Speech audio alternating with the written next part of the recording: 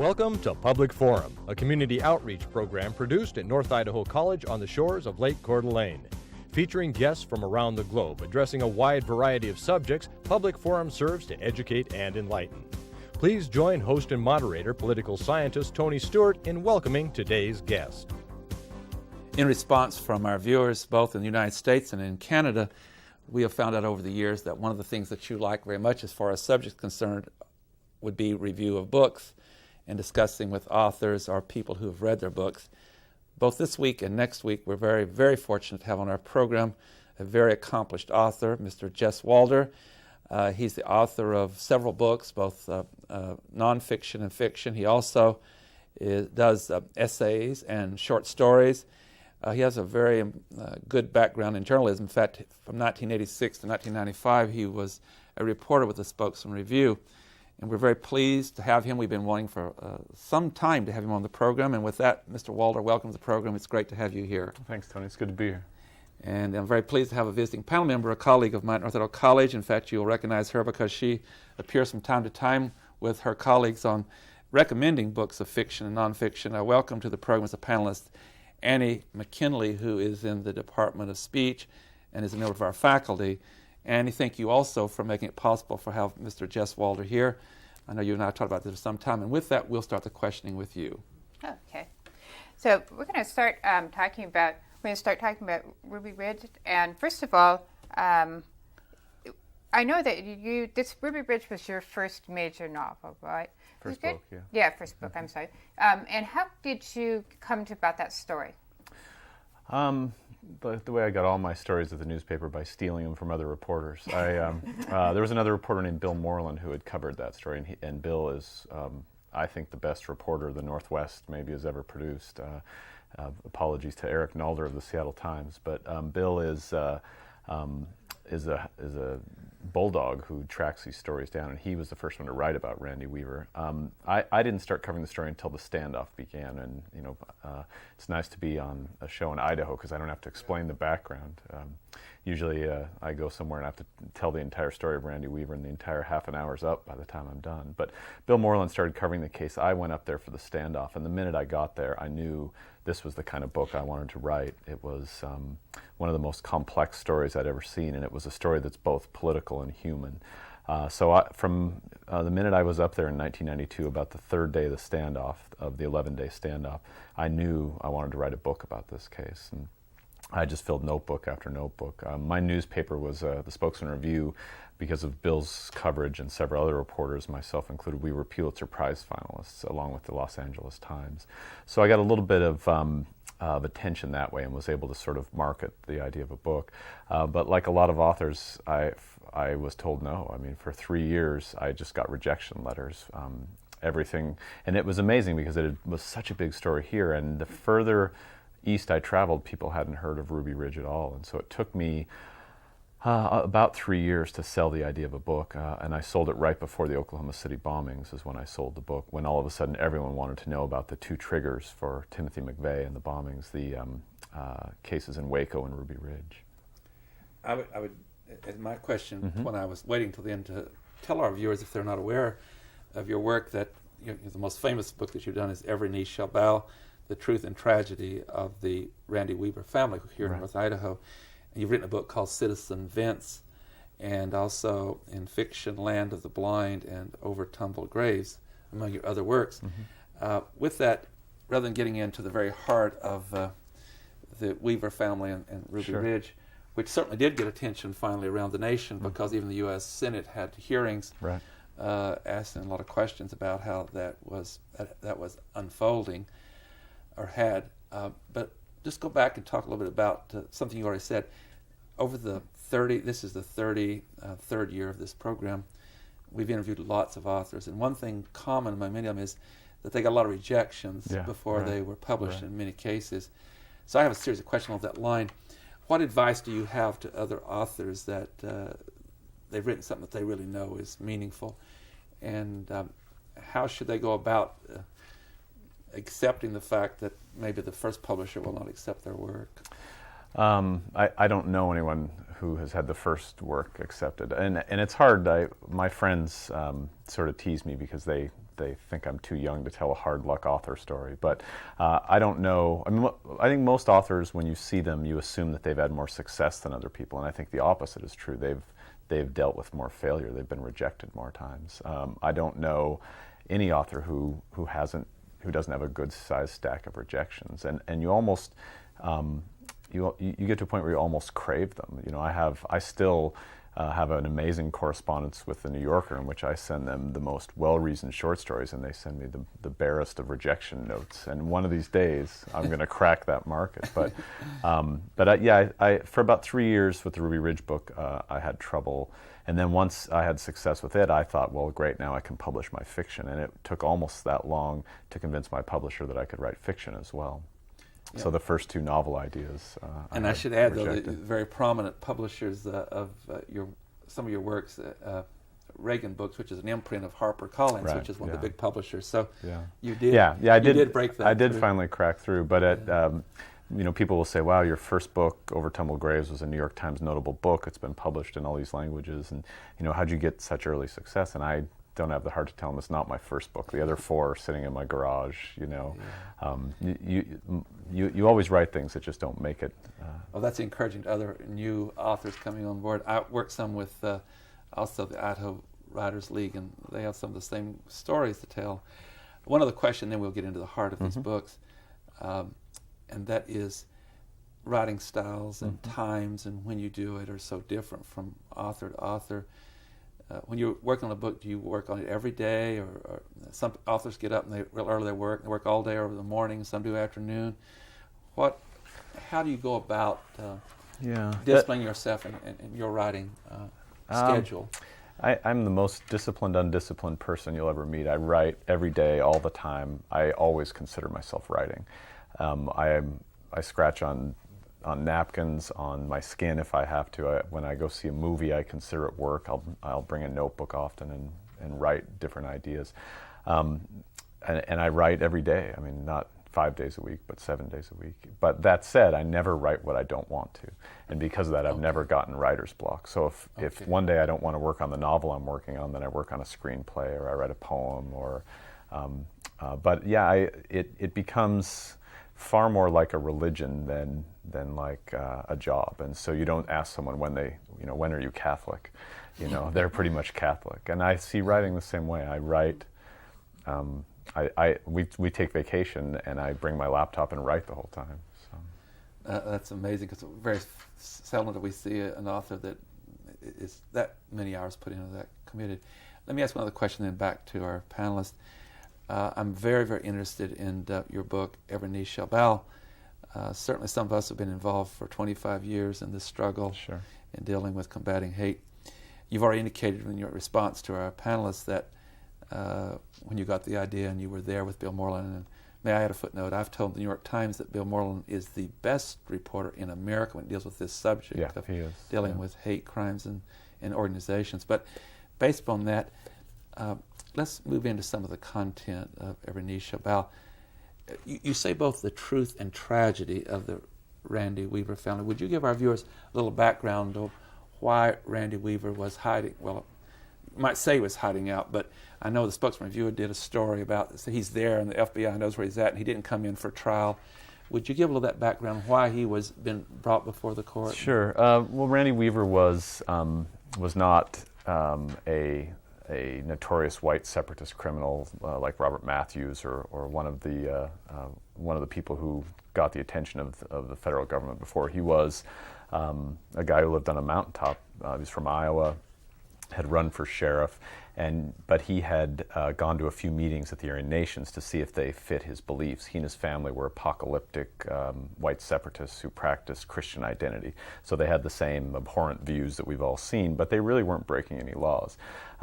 But the federal government really wanted to get to the group in Noxon, Montana, led by the Trockmans, who were another sort of splinter group of white separatists. And to do that, they wanted Randy Weaver because they knew his family knew the Trockmans. And so when Randy Weaver met a government informant, they struck up a relationship, and not too long after that, Randy Weaver sawed the barrels off a couple of shotguns, sold them to the informant, and now... He did not know this was an informant. Obviously not, no. And a jury later ruled he was entrapped, that it was entrapment, that it, for whatever reason, and you can argue the finer points of the law, but certainly this was not a guy dealing in arms until he met this informant. So from that, the Weavers were approached by the government, who said, we want you to make a deal and work with us. What they didn't know, or what they underestimated, was the fact that Weaver's family was so apocalyptic that they saw this as the beginning of the end of the world.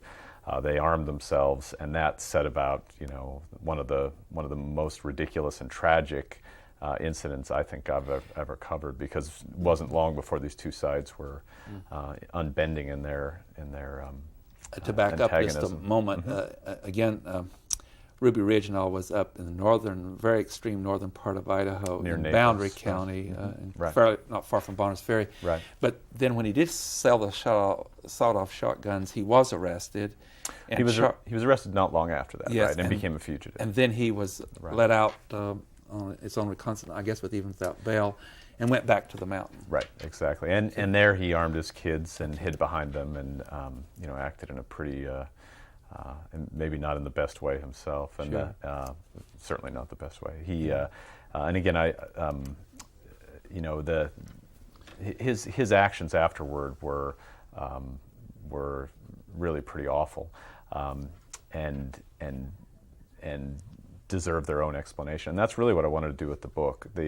When I covered the case, I went up there like every reporter, thinking we were covering another group of white separatists committing crimes, and that was half the story. And most of the media went home after that half of the story. The New York Times went home, Time Magazine went home, ABC News went home, and we were left there. The Spokesman Review, we sort of picked up the story and covered it from there, and realized there was a second half of the story, which was, I was shocked to find out, a civil rights case. I was used to covering civil rights cases on the far left end of the political spectrum. I was surprised to find out that the Weavers had been treated almost exactly the way some members of the American Indian movement had been treated, or the way the Black Panther Party had been treated, that they were the victims of, at the very least, overkill by an investigation. And again, this doesn't excuse their actions or their crimes, but and later a cover-up and all the things that sort of go along with federal government impinging on people's rights.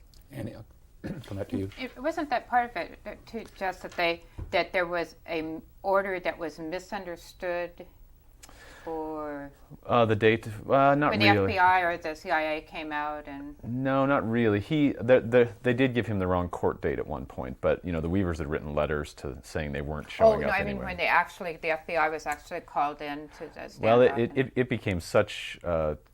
You use the word comedy, but there's nothing comic about a comedy of errors between the Marshals Service and the FBI. This began with the ATF, of course, on the firearm charge. Then the Marshals came in because they were supposed to arrest him. Now the FBI comes in. Each agency hands the next agency false information. So by the time the FBI arrived, there's a shootout with the Marshals.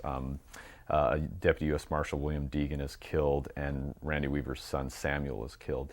But the Marshals don't say anything about Samuel being killed. They say that their Marshal's been killed, that they've been pinned down. The information they pass along is that Randy Weaver may be suspected in bank robberies, that his house may be booby-trapped, that he may have skinheads and white separatists coming in to help him. The FBI believes they're coming into an active firefight, and they give their agents rules of engagement which allow them to shoot essentially any armed adult on sight. Well, in the Weaver family, and as there are a few families in North Idaho, they're always armed, and so essentially what it was a shoot-to-kill order, and that's really where the case got out of hand, and it goes to the way these agencies don't cooperate, the way they have amazing competition between them. But yeah, by the time the FBI got around the cabin, surrounded the cabin on the morning of August 22nd, 1992, they had so much misinformation that they really believed they were in an active combat situation. They didn't even know that Sam Weaver had been killed. So of course one of the FBI agents fired, wounding Randy Weaver as Randy Weaver, Sarah Weaver and Kevin Harris ran back into the house. He fired again, thinking he was shooting Kevin Harris. He actually shot through the door, hit Vicki Weaver in the jaw, killed her, the bullet then went through and hit Kevin Harris. I interviewed Sarah Weaver the day the standoff ended, was the only reporter to do that, to get that interview. And that's when I realized, to hear this girl tell the story of her family huddling on the ground with the dead body of her mother, while for days a federal negotiator called out for Vicky to come out and let the children go. And they thought they were being tortured. That's when I realized, as I said, this was very much a human story and very different than the one the FBI had been telling us most of those 11 days. So in addition to the death of the U.S. Marshal, maybe he was from Massachusetts. And Right. I know that people interviewed his family too. Yeah. And, Oh, sure. Lost. Sure. There was a father lost there. Yeah. And then Randy Weaver's son, which was a teenager. 14-year-old boy. 14, right. and he was Samuel. killed. And then his wife, Vicky was killed. Right. And there was also a young baby. Elishaba, right. Yes. And then the older daughter that was also. There were two older daughters, Sarah and Rachel. Right. Okay. But Sarah was also wounded. No, Was she? Kevin Harris was wounded, Okay. and Randy was wounded. Yes. Sarah sort of took care of the family, much the way Vicky did. It was, there was this incredible coverage during Sure. that period of days, and, Yeah. and you and others were there, media from all over the United States and even other countries, I suppose. Sure.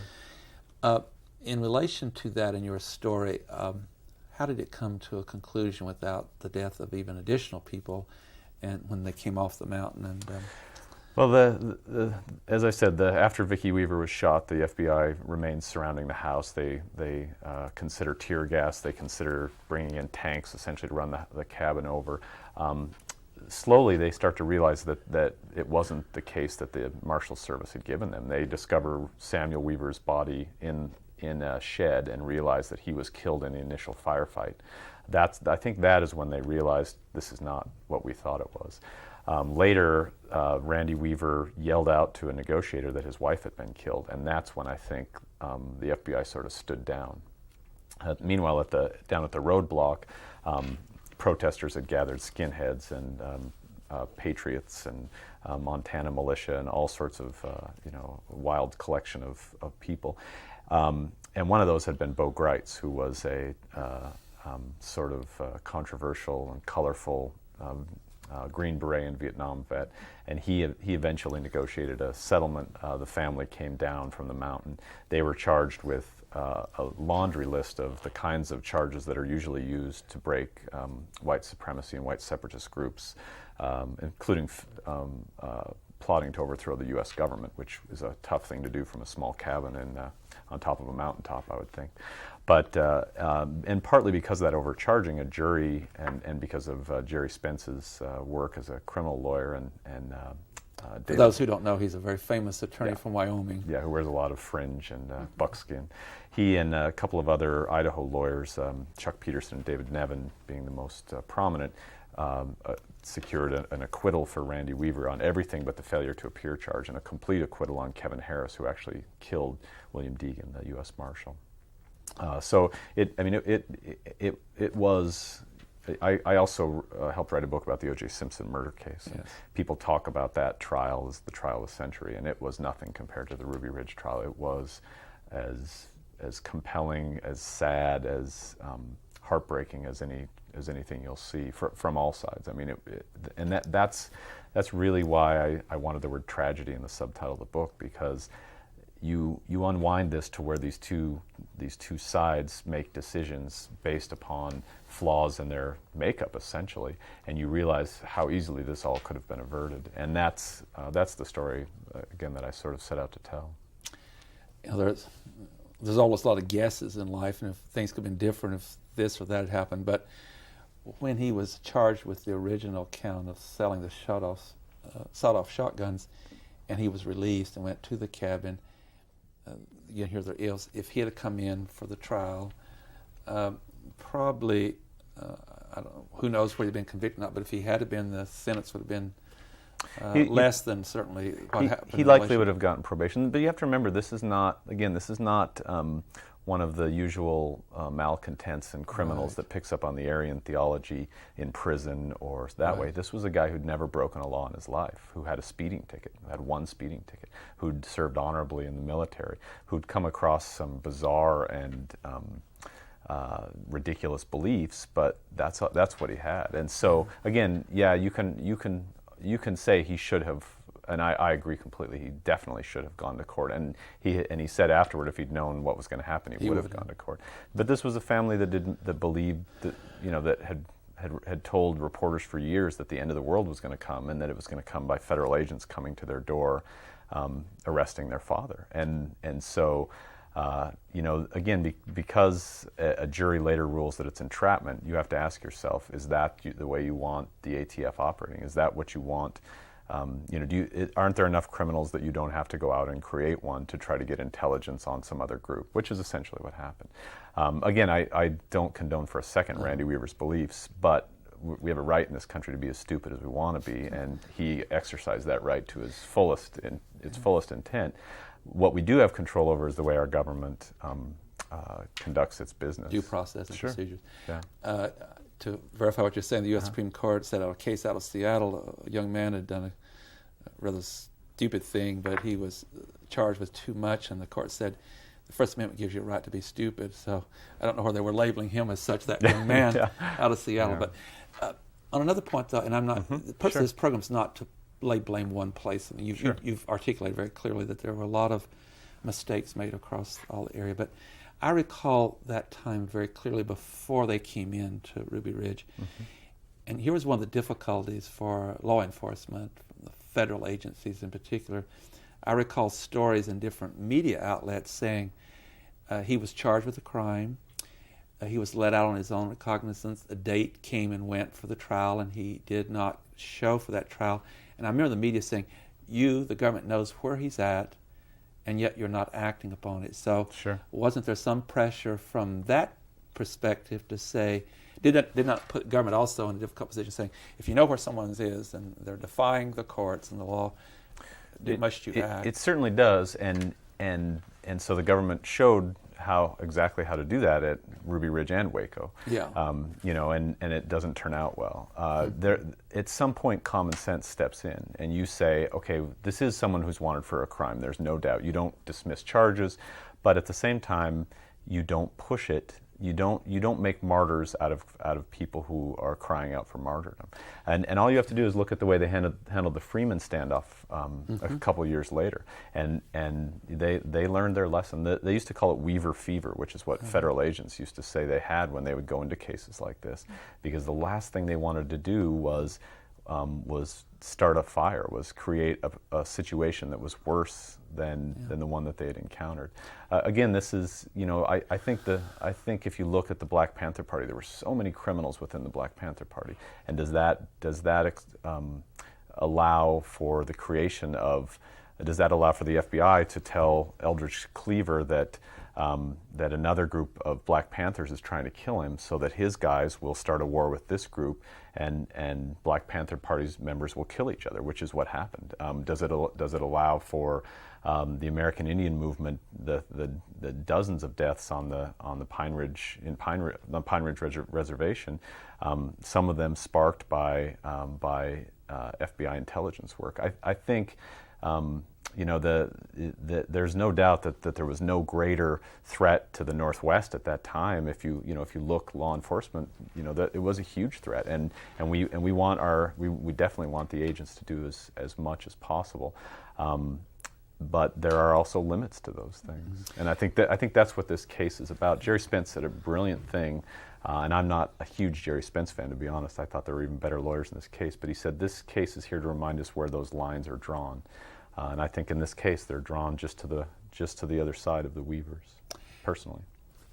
Your points, you're so articulate because you've followed this so long and you've done great research. But certainly in Montana, when they had the standoff, it was really handled much different. And I believe it came to a resolution without anyone being injured. Right, exactly. And yet the law was enforced.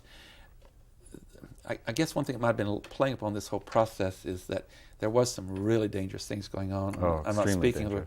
Order 1 was extremely dangerous. And Order 1 might have been the most dangerous criminal element that's existed in the Northwest, you know, and we know the end result of that, where Matthews was killed in a shootout with the FBI, but also over 20 were arrested and went to prison.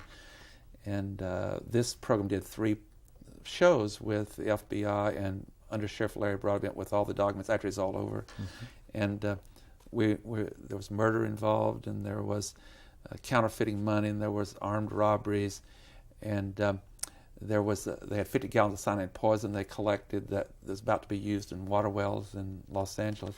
So my point is that with that kind of thing opening up that was so incredibly dangerous, and I would say that the law enforcement did a very good job dealing with Order 1 and Order 2. Order 2. But did that set such a concern in the minds that had an implication on the Weaver case later? Oh, entirely. And again, it's very understandable how law enforcement ended up in this situation. I mean, there was one meeting. I remember, we would do this research, and there was one meeting in which they were trying to wiretap a white supremacist who was considered to be a criminal, and there were three dangerous white supremacists at this meeting, and they were taping each other, and they're taping the meeting, the FBI was, and they were getting feedback, and the reason was the ATF had its own informants. So 2 of the 3 people at the meeting were informants, and so that there was, they were so successful at infiltrating these groups that by the time Randy Weaver came along, they really did have it down to a science, and I think they were used to dealing with criminals, and so when you charge a criminal, the first thing he thinks is, I'd better plead this out. I'd better do what they say. I think they would have had better luck if they'd chosen a criminal. But as I said, they chose a guy who was a zealot, and he believed the world was coming to an end. Belonged to no groups, didn't belong to the Aryan Nations, didn't belong to any other groups. Belonged to a family that lived, strangely enough, like Old Testament Jews. They lived a kosher lifestyle, and then found themselves in the very situation they'd prophesied. So, yeah, I certainly think it's understandable. What isn't understandable is the cover-up later. Documents were destroyed. An FBI agent was found guilty. Careers were ruined in the FBI. No one ever, those rules of engagement we talked about, which said you can and should use violent, deadly force. No one ever took credit for writing those. The FBI said, well, the number 2 guy in the FBI said, well, I saw the facts that came into my office, but I didn't read it. On that note, the program has come to a conclusion, but our viewers will be very pleased to know you'll be back next week, and we'll pick up here with what happened after the surrender and you mentioned the trial that Harris is found not guilty and Weaver, almost all charges found not guilty, and then the civil suit that followed and all of that. And then we also want to get into things like the O.J. Simpson work that you did and some of this other work. And Annie McKinley will be back with us. Thank you for your great questions. And ladies and gentlemen, our guest has been Jess Walder, who has written several books. The best known one is Every Knee Shall Bow, The Truth and Tragedy of the Randy Weaver Family. Hope you'll be with us next week when we continue this discussion and have many more interesting points to get from our guest, Mr. Walder. Until then, please have a good week. I am Tony Stewart.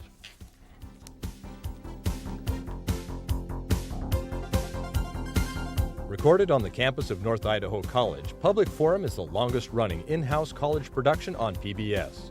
Each episode is pre-recorded live and is an educational outreach from North Idaho College. Please join us at this same time next week for another edition of Public Forum on this public television station.